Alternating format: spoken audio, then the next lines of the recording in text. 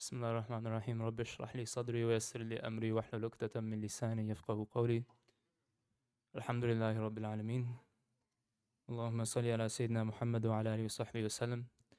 So we concluded Surah Nahl and we entered Surah Isra, and there's a very interesting theme that kind of you can find passing through Surah Nahl into Surah Isra, which is that Allah, at some point in Surah Nahl, around ayah 20-27, Allah subhanahu wa ta'ala gives us a framework for da'wah. So Allah tells us how to give da'wah to people, and it's 3 steps. One, the first step is to call people with hikmah. The second is to advise them sincerely. And then the last part is where Allah subhanahu wa ta'ala says, I'm looking for the ayah. Can you recite the ayah? Ud'u.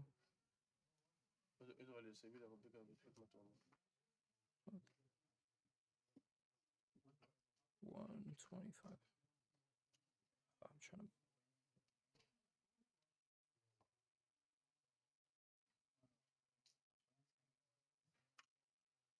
And the last part is Allah subhanahu wa ta'ala says that when you argue with people, you argue with them in the best of manners. That's the framework for giving da'wah. And then the rest of this surah is all about miracles that are supposed to bring people to faith. They're supposed to see these miracles, recognize these signs, and come to Allah subhanahu wa ta'ala. And then we get to Surah Isra, where Allah subhanahu wa ta'ala now is going to talk about first one of the greatest miracles of the Prophet sallallahu alaihi wasallam, which is the Isra and Mi'raj. Then he talks right after that about people who rejected those miracles. So he talks about Nuh alayhi salam. And then Allah subhanahu wa ta'ala right after that is going to talk about human nature itself. And Allah subhanahu wa ta'ala says about humanity, وَكَانَ الْإِنسَانُ عَجُولًا, that human beings are hasty.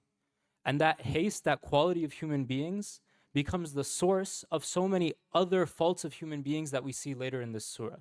Like when Allah subhanahu wa ta'ala has to advise us to be merciful to our parents and generally to elders around us, it's because we're hasty. Like especially if you remember yourself as a young person, right?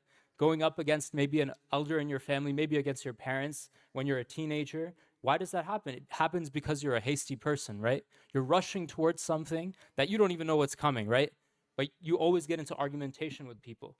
And then later Allah subhanahu wa ta'ala tells us about more vices that humanity gets into. One of them, which is particularly important to our times, right? Or actually 2 of them that are very particular to our times. One of them is that Allah subhanahu wa ta'ala says, don't fear having children and being induced into poverty, which is something that people fear nowadays, right? They want to basically have no limitations on their relationships with the opposite gender, and so they will basically commit zina, and they will commit zina and then have abortions because they're afraid of the responsibilities, right? They're afraid of actually having to deal with the consequences of their actions. And Allah subhanahu wa ta'ala is again saying this is sourced from the hastiness of humanity itself that leads to this. And then right after that ayah, Allah subhanahu wa ta'ala talks about the sin itself, which is Allah subhanahu wa ta'ala doesn't say don't commit zina. Allah subhanahu wa ta'ala says don't even come near zina. This is the type of sin that if you even come near it, if you start glancing in the wrong direction, if you let your gaze, even your gaze get weak, your control over your gaze, then it's a slippery slope that leads you to this sin. And there's a lot of sins like this, but Allah subhanahu wa ta'ala points this sin out in particular because it's so dangerous and so corruptive to society. Because people who commit zina and then accept zina as a society, what ends up happening is not just that people commit abortions. It's also that you end up having single mothers having to raise their children. From that, you have sons who end up committing crimes. They go to jail, and this vicious cycle continues. And to break that cycle is very difficult. So Allah subhanahu wa ta'ala advises humanity about something that they can't even see. This is like a 4th or 5th outcome of one action, right? That if society accepts it, that's where it's going.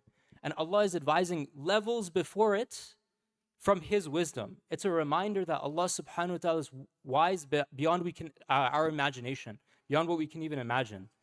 And that's not just with this sin. This sin, we get to see that, right? We get to see these consequences. But every sin is like this. Allah subhanahu wa ta'ala knows that if you commit that sin, it doesn't stop with you.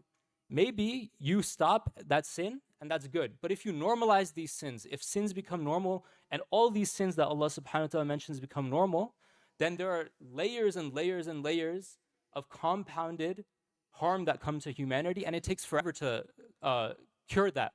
It takes so long to cure that. And the only thing that can cure that is guidance, it's revelation itself.